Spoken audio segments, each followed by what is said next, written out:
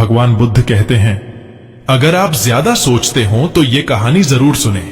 ज्यादा सोचने से हमारा क्या नुकसान हो सकता है? जो लोग ज्यादा सोचते रहते हैं वह लोग इस कहानी को जरूर सुने और साथ में इस वीडियो को लाइक करके कमेंट में नमो बुद्धाय अवश्य लिखें। एक बार चीन के एक हिस्से में एक बहुत बड़ा मठ था जहां लगभग 500 भिक्षु रहते थे। वह सभी अपने गुरु के मार्गदर्शन में खुद को जानने का अभ्यास कर रहे थे। एक दिन एक लड़का उस मठ में शिष्य बनने के लिए आया। उसने मास्टर से कहा, मास्टर, मैं खुद को जानना चाहता हूं। मैं सच की तलाश कर रहा हूं। मैं पता लगाना चाहता हूं कि सच क्या है। मास्टर ने उस तरफ देखा और कहा कि अगर तुम सच जानना चाहते हो तो तुम्हें अपना पूरा जीवन दांव पर लगाना होगा। सच को जानने में तुम्हारा पूरा जीवन लग सकता है और फिर भी इस बात की कोई गारंटी नहीं है कि इस जीवन काल में तुम्हें सच का पता लगेगा या नहीं। क्या तुम इसके लिए तैयार हो? शिष्य ने कहा, मास्टर, मैं यहां पीछे मुड़ने के लिए नहीं आया। मैं इसके लिए तैयार हूं। गुरु ने कहा, अगर ऐसा है तो एक काम करो, इस मठ में 500 भिक्षु है। तुम उनके लिए चावल कूटने का काम करो।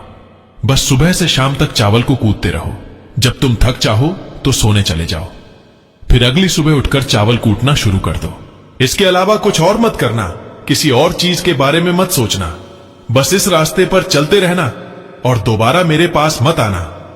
जरूरत पड़ने पर मैं खुद तुम्हारे पास आऊंगा। उस लड़के ने गुरु के आदेश का पालन करते हुए चावल कूटना शुरू कर दिया। उस मठ में 500 शिष्य थे। उन सभी को समय समय पर भोजन की आवश्यकता पड़ती थी, इसलिए वह सुबह बहुत जल्दी उठ जाता था और देर रात तक चावल कूटते रहता था। जब वह थक जाता तो उसी कमरे में सो जाता जहां चावल कूटता था। वह किसी से बात नहीं करता था और ना ही कोई इसके पास बात करने आता था। कुछ महीनों तक चावल कूटते हुए वो उसके मन में पुराने विचार आते रहे, लेकिन जब उन विचारों को कोई नया विषय नहीं मिला तो वह अपने आप ही मिट गए।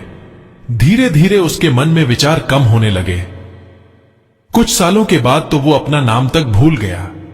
वो हमेशा चुप रहता और विचारहीन अवस्था में बस चावल कूटते रहता। उसने ना तो कभी ध्यान किया था और ना ही कभी कोई शस्त्र पढ़ा था। मठ बाकी शिष्य उसे मूर्ख समझते थे। ऐसा करते हुए 12 साल बीत गए। 12 साल बाद एक दिन मास्टर ने घोषणा की, जब मेरा आखिरी समय आ रहा है और मुझे अपना उत्तराधिकारी चुनना है जो मेरे बाद इस मठ का मुखिया होगा, इसलिए मेरा कोई भी शिष्य जिसे लगता है कि उसे आत्म साक्षात्कार हो गया है और उसने खुद को जान लिया है, वो रात को मेरे दरवाजे के पास आकर इस दीवार पर कुछ पंक्तियां लिखे जिसमें उसकी जिंदगी का सारा अनुभव समाया हो। कई शिष्यों ने ऐसा करने के बारे में सोचा। मठ के प्रमुख शिष्यों में से एक ने वहां जाकर कुछ पंक्तियां लिखी। उसे बौद्ध धर्म ग्रंथों का बहुत ज्ञान था। सभी शिष्यों को लगता था कि वह इस मठ का उत्तराधिकारी बन सकता है। उसने लिखा था कि मन एक दर्पण की तरह है जिस पर विचारों और इच्छाओं की धूल जमा हो जाती है। इस धूल को हटाने के लिए ही ध्यान है जिसकी दूर हट जाती है और मन का दर्पण साफ हो जाता है। वह मोक्ष को प्राप्त कर लेता है। अगली सुबह जब मास्टर उठे और इन पंक्तियों को देखा तो उन्हें बहुत गुस्सा आया और उन्होंने कहा कि किस बेवकूफ ने यह सब कचरा मेरी दीवार पर लिखा है। वो शिष्य जिसने ये लिखा था वो चुप रहा। हालांकि उसने जो पंक्तियां लिखी थीं वह ज्ञान से भरी थी, लेकिन यह सब किताबी ज्ञान था। कोशिश से बहुत चालाक था। उसने पंक्तियां लिखी लेकिन नीचे अपने हस्ताक्षर नहीं किए, क्योंकि वह स्वयं इसके बारे में निश्चित नहीं था कि यह सही है या नहीं, क्योंकि उसे आत्म साक्षात्कार नहीं हुआ था। गुरु ने इन पंक्तियों को पूरी तरह से खारिज कर दी। यह देखकर सभी हैरान रह गए। यह घटना पूरे मठ में चर्चा का विषय बन गई। इस विषय पर बात करते हुए 2 शिष्य उस शिष्य के पास से गुजरे जो 12 साल पहले यहां आया था और दिन रात बस चावल उठता रहता था। दोनों की चर्चा सुनकर वह धीरे से हंस पड़ा। दोनों शिष्यों ने उससे पूछा कि तुम क्यों हंस रहे हो? उन दोनों की नजर में यह चावल कूटने वाला बहुत ही तुच्छ भिक्षु था। किसी ने भी उसे ना तो कभी ध्यान करते देखा था और ना ही कभी कोई शास्त्र पढ़ते। हर कोई उसे मूर्ख समझता था, बस चावल कूटना ही जानता था। उस मठ में बहुत बड़े बड़े विद्वान थे, लेकिन चावल कूटने वाले को किसी से कोई मतलब नहीं था। इसलिए वह दोनों शिष्य उसे मुस्कुराता हुआ देखकर चकित रह गए। उन्होंने फिर उससे पूछा कि तुम क्यों हंसे? उसने जवाब दिया, मैं इसलिए हंसा क्योंकि मास्टर सही बोल रहे हैं। ये सभी पंक्तियां कचरा है, इन पंक्तियों का कोई मूल्य नहीं है। वह दोनों शिष्य चौंक गए। उन्होंने इसे पूछा, क्या तुम कुछ ऐसी पंक्ति लिख सकते हो जो इससे बेहतर हो? चावल पीसने वाले ने जवाब दिया, नहीं, क्योंकि मैं अनपढ़ हूं, लेकिन हां, मैं कुछ पंक्तियां कह सकता हूं, और अगर तुम उन पंक्तियों को लिख सकते हो तो मैं तुम्हारे साथ जाने के लिए तैयार हूं। उन दोनों शिष्यों ने कहा, ठीक है। वो मास्टर के कमरे के पास गए और चावल कूटने वाले ने कुछ पंक्तियां बोला और दूसरे शिक्षण है उसे दीवार पर लिख दिया और उन पंक्तियों के नीचे लिख दिया। चावल कूटने वाला, उन्हें लगा कि मास्टर इस पर भी गुस्सा करेंगे। जो पंक्तियां उसने लिखने के लिए कहा था वह बहुत अद्भुत था। पंक्तियां थी, मन तो बस एक भ्रम है ना, तो मन है, और ना ही मन का कोई दर्पण है, और जब मन ही नहीं है तो धूल कहा। ठहरेगी जो यह जानता है वह सच को जान गया है। जब गुरु ने इन पंक्तियों को देखा तो वह आधी रात को उठे और चावल कूटने वाले के पास गए। वह सो रहा था।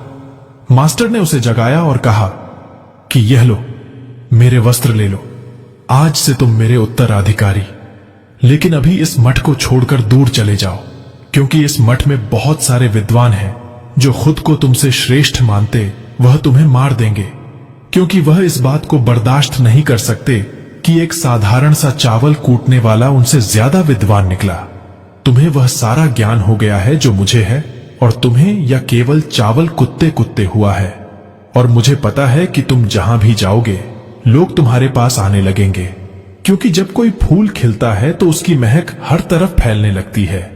उसने अपने गुरु के पैर छुए और रात को ही वहां से चला गया।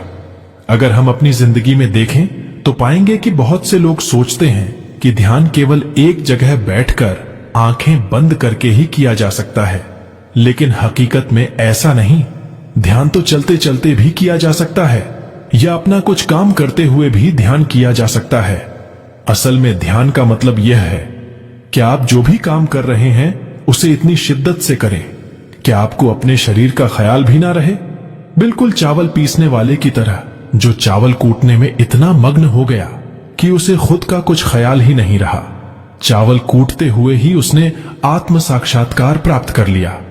इसी तरह जैन का अर्थ है हर समय वर्तमान में रहना और कुछ नहीं सोचना, क्योंकि मन तब तक ही है जब तक विचार है।